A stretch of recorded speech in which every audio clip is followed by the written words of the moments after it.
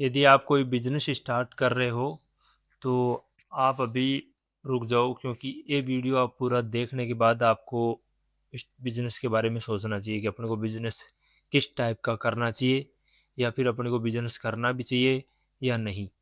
क्योंकि मैं आपको एक ऐसी स्टोरी बताने वाला हूँ जिसमें आपको वो सुनकर पता चलेगा कि अपने को ये बिजनेस करना चाहिए या फिर क्या है अपने को, आप उसमें सोच विचार कर सकते हैं।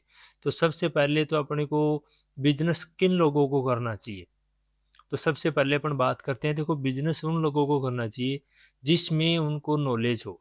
सबसे पहले कि मान लो जिस बिजनेस के बारे में उनको कुछ भी थोड़ा बहुत भी पता है ना, तो वो उसको थोड़ा बहुत को मिलाकर अपन बहुत कुछ कर सकते हैं।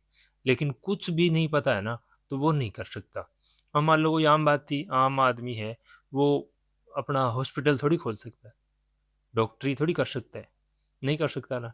तो वैसा ही है कि आपको उस मान लो कोई डॉक्टर लाइन में है तो वो कोई सोच सकता है कि मैं हॉस्पिटल वगैरह खोल सकता हूँ।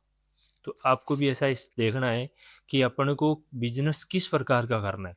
मान लो कोई कपड़े की दुकान वगैरह या मतलब शॉप वगैरह खोलना चाहता है, तो उसमें आपको मुनाफा होगा या फिर मतलब नुकसान हो सकता है। तो आपको उस दुकान में मान लो कई बार ऐसा होता है कि अपन कुछ नॉलेज है उसके बारे में, कपड़े के बारे में, या अपन कुछ थोड़ा बहुत करते हैं, या दुकान पे किसी कपड़े की दुकान पे रहते हुए अपने को 2-3 साल हो गई और अपने को अच्छा नॉलेज हो गया कि कौन सा कपड़ा अभी इस गांव में चलने वाला है, या फिर कौन सी चलन चल रही है अभी, तो उस अकॉर्डिंग अपन उस बिजनेस को कर सकते हैं। लेकिन मैं आपको एक स्टोरी बताने वाला हूँ। जैसे मैं फाइनेंस लाइन में काम करते हुए 5.5 साल का टाइम हो गया मेरे को, तो बहुत सारे कस्टमर मिलते हैं।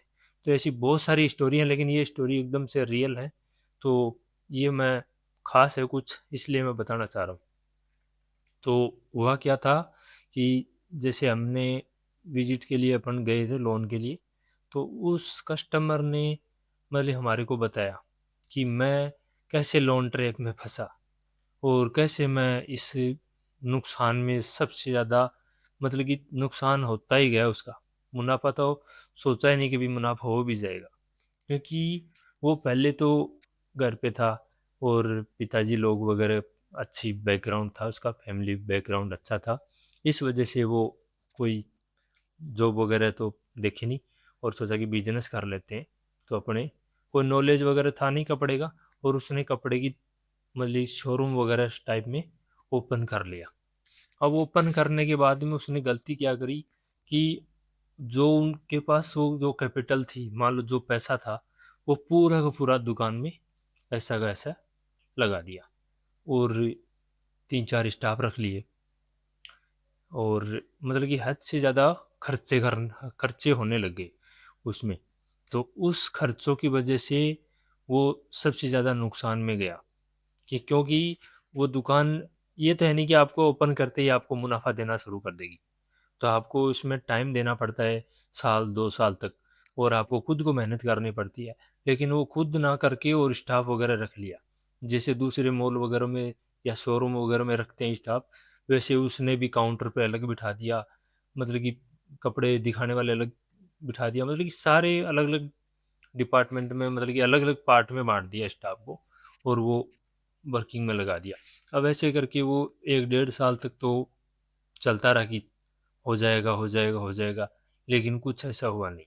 फिर उसने सोचा कि अपन लोन ले लेते हैं और अपना इसमें कुछ निकल जाएंगे, अपने को फायदा हो जाएगा।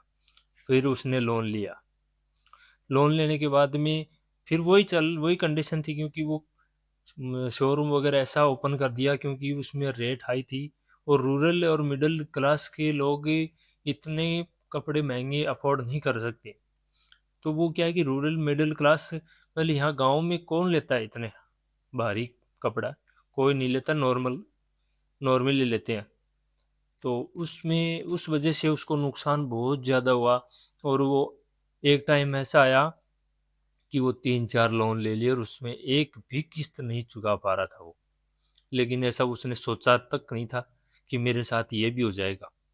वो इसलिए हुआ कि आप कोई बिजनेस कर रहे हो मान लो, तो उससे आपको निकलने का फ़ायदा ये है कि आपको मान लो आपके पास कुछ पैसे हैं, तो आप उसको पूरा इन्वेस्टमेंट नहीं करो, उससे आधा या 75% तक इन्वेस्टमेंट कर दो कि आप उस मतलब शॉप में लगा रहे हो, और कुछ पेमेंट आपके पास रखो, क्योंकि वो रहना इसलिए ज़रूरी है क्योंकि ट्रेंडिंग कपड़ा भी आपको चाहिए, क्योंकि ट्रेंड में जो चल रहा है वो कपड़ा भी लाना बहुत ज़रूरी है, क्योंकि उसके बगैर आप उस शॉप को नहीं चला सकते, क्योंकि पीछे वाला कपड़ा है वो ट्रेंडिंग वाले कपड़े के साथ ही निकलेगा, ना कि वो पीछे वाला ऐसे निकल जाएगा।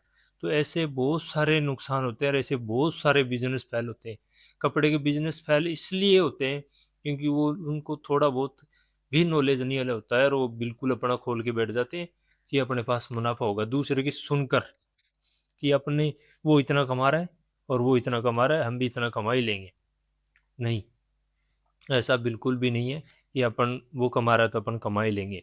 क्योंकि उन्होंने 10 साल 15 साल हो गए उनको कमाते हुए और उनको मेहनत करते हुए।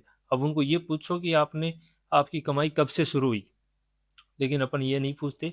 अपन जो करंट में है वो कमा रहा है, अपन वही देखते हैं, ना कि अपन जो पहले उसने मेहनत करी वो बिल्कुल भी नहीं देखते।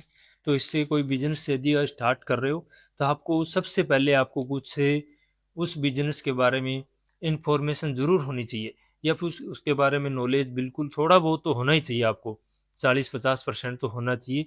उसके बाद आप उस बिजनेस में जा सकते हो और उस बिजनेस को स्टार्ट कर सकते हो, तो आपको फ़ायदा होगा, क्योंकि उसमें आपको पता रहेगा कि अपन किस टाइप के अपन काम करें तो उस टाइप में अपन फ़ायदा होगा। ठीक है?